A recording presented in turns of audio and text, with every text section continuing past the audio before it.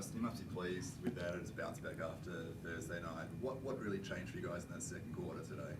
I think what changed for us in the second quarter was just us understanding we didn't want to let one get away from us. Our lack of our momentum coming out in the first quarter was slow, and then guys got after each other and challenged each other on the bench to pick up that tempo, and they came and did it. And so once we got that second quarter, scored like 15 or 17 points in 4 and 5 minute span, that's the Hawks team that we're normally accustomed to. What do you put that slow start down to tonight? Is it a bit of a hangover from Thursday night and it's not coming with the right mindset, or? It could be a mixture of things, a different lineup. Trey is normally our starting guard in there, and Davo is not normally used to be a starter. It could be, us playing this 48 hours ago. But, for us to become a championship type of team, we have to get over that, fight through that adversity. And so as long as these guys acknowledges and sees it, instead of it always have to be the coach who enforce it, we're on the right path. And down the stretch, obviously, the things kept coming and kept coming and coming. You guys got the stops when you needed to and found ways to score. That must be really pleasing.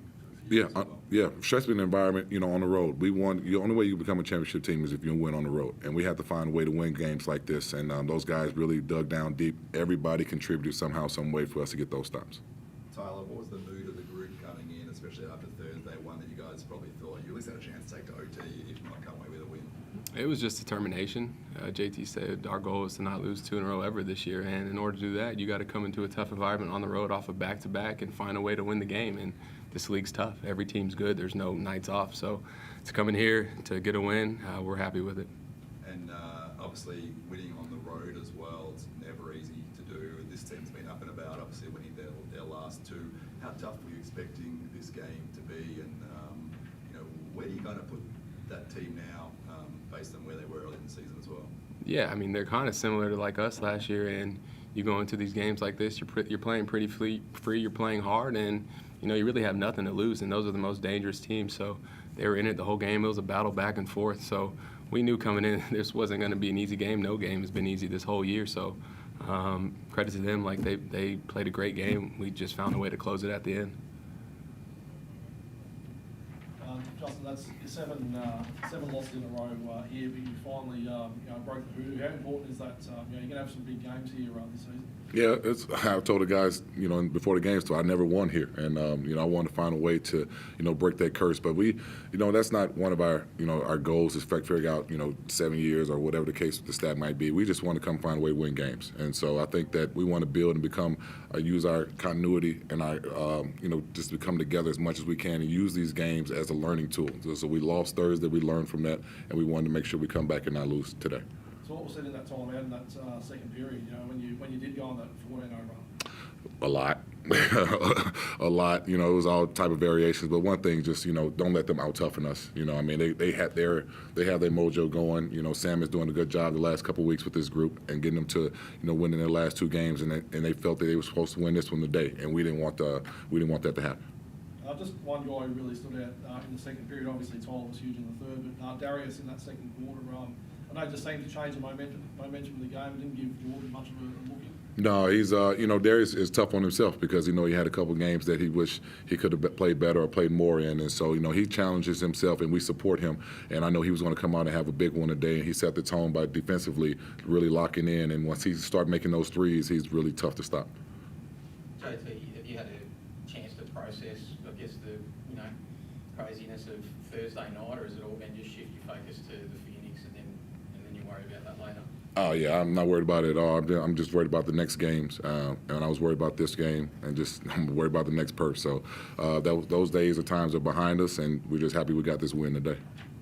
Justin, in the absence of Trey Kell, Will Hickey really stepped up for you guys. How confident are you in him playing the point guard role and even having more minutes in the next couple of weeks with Kell out? I mean, pretty good. But Davo's, he's hard-headed. He don't supposed to be playing the point. He's supposed to be Tyler. But they go back and forth all the time. But at the end of the day, Davo's a warrior. He understands what his job is, and he comes out and do it well. We're happy he's on our team. Tyler, how have you seen the growth of playing next to Hickey the last couple of years? Davo, his story is pretty cool, man. When I first got here and he came onto the team, he wasn't playing much, and I think he was used as a starter at some point during that year, and then came back the next year, he didn't play again. So Davo's just stayed with it, and I think it's a testament to all young guys is you don't know when that opportunity is going to come. He always showed up at practice. He's the loudest one, getting us going every single practice, whether he was playing or not playing. So that's why he just signed that 3-year deal. He's an important piece to this team, and I love Davo, man. It's great battling with him every night, and I know he's going to show up. JT, what's the prognosis for Trey Kell? Day to day. I talked to him earlier. You know, he's just finished up with treatment. You know, he's doing his best to get back as swiftly as possible. But you know what? We don't want to rush anything unless he's on pretty much about 100%. You know, we're just going to keep trusting in the depth of our team. And you know, if our DPs need to play or you know guys need to play extra minutes, we'll figure that out. But we want a healthy Trey instead of somebody who's 70-30. Justin, Tyler mentioned playing free of expectation last season. How do you feel the guys responded and I guess risen to the occasion in terms of that expectation rising this season? Playing free? In terms of the expectation bar set high this season? Oh, well, I mean, the expectation has to be set high. When you return 90% of your guys and, you know, you get 2 really good imports and the continuity, you know, nothing's supposed to be but just turned all the way up. And this, you know, our goal when we came in the preseason, let's win this whole thing. We were, you know, a game or an opportunity short from last year. And we know if we come in and guys did their work on the off season to come into this season, we had a really good shot to position ourselves to make it to the playoffs and win the whole thing. So our goal was set high from the jump. Tyler, can you talk us through your mindset in terms of making big shots in big moments? To be completely honest, I really don't think about it. I think the game of basketball, it'll tell me what to take. Either you shoot it, you pass it. I try to keep it as simple as possible, man. And sometimes they go in, sometimes they don't. But I know my teammates trust me to make the right decision in those moments, and it's up to me to make the play. Justin, how do you stop someone like Nathan Sobey from getting to his spots and getting the shots and looks that he wants? Swallow the bullet. Deep point. that's how you stop them. That's how you aggravate them, agitate them, and then this, you know, team. You know, a team got to make sure we help him as well. But Swaka's our guy, so I have all my belief in him. Tyler, just expanding on that, it does look like this year that you're finding better shots, you've got more rhythm. Do you notice that this season that whether it's personnel around you or whether it's your own kind of growth, that you are playing better, more efficient basketball? I think I always just try to take what the defense gives me. Last year, you know, we had a beast at the 4. So, you know, winning requires sacrifice, and I just want to win games. So some games you might not be able to get those shots, and that's okay because we had a first team all last year at the 4 position. So like JT said, bringing everybody back helps. We all know each other. The continuity is pretty seamless, and we had a whole preseason together, which is also very helpful. So we're still, you know, we still have ugly patches. We're figuring things out offensively and defensively still, but in the meantime, we're trying to find a way to win as we grow.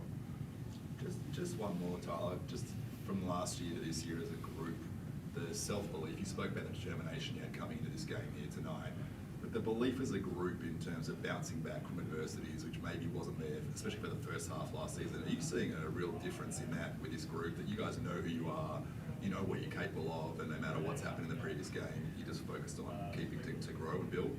Yeah, I think, you know, when JT took over, the first thing he said is that we're winners and we need to start acting like it. And when you have a coach that believes in us as a group to go out there and trust our abilities, and at the end of the day he said we're winners, we believe it. And he instilled that belief in us from day one, even if we were 2-7 when he took over. And I think that just, it's contagious with the group. So credit to JT. He always, everything with him is just, we're winners. We're winners. If we lose, that's all right. We'll find a way to come back, and we're going to be winners. So it's all credit to him. Does that, JT, then give you confidence coming into a game like tonight that the guys will bounce back and, you know, they can put that behind them and that they trust themselves as a group, they know what they're about? Yeah, and I mean, that helps with a veteran group, a group that comes back, you know, with like 90% of our players. And so they know short-term memory. We gave one up on Thursday, and you got to come back on Saturday and put more effort into it and fix it. We did well by shooting better at the free throws. We was 61% 2 nights ago, and we were 78 today. So just small little things. We had 23 assists, and the other night we only had like 12 or 13. So it's just those small things like that, and they see that we have that belief. We know we don't want a game to get away because of some things we can control. JT, what is your understanding of this BA integrity investigation? When are we going to find out? You'll know before I do. I have the slightest idea. Good luck to you, and hope you enjoy whatever ruling they come out with. It's what it is. I knew what's coming.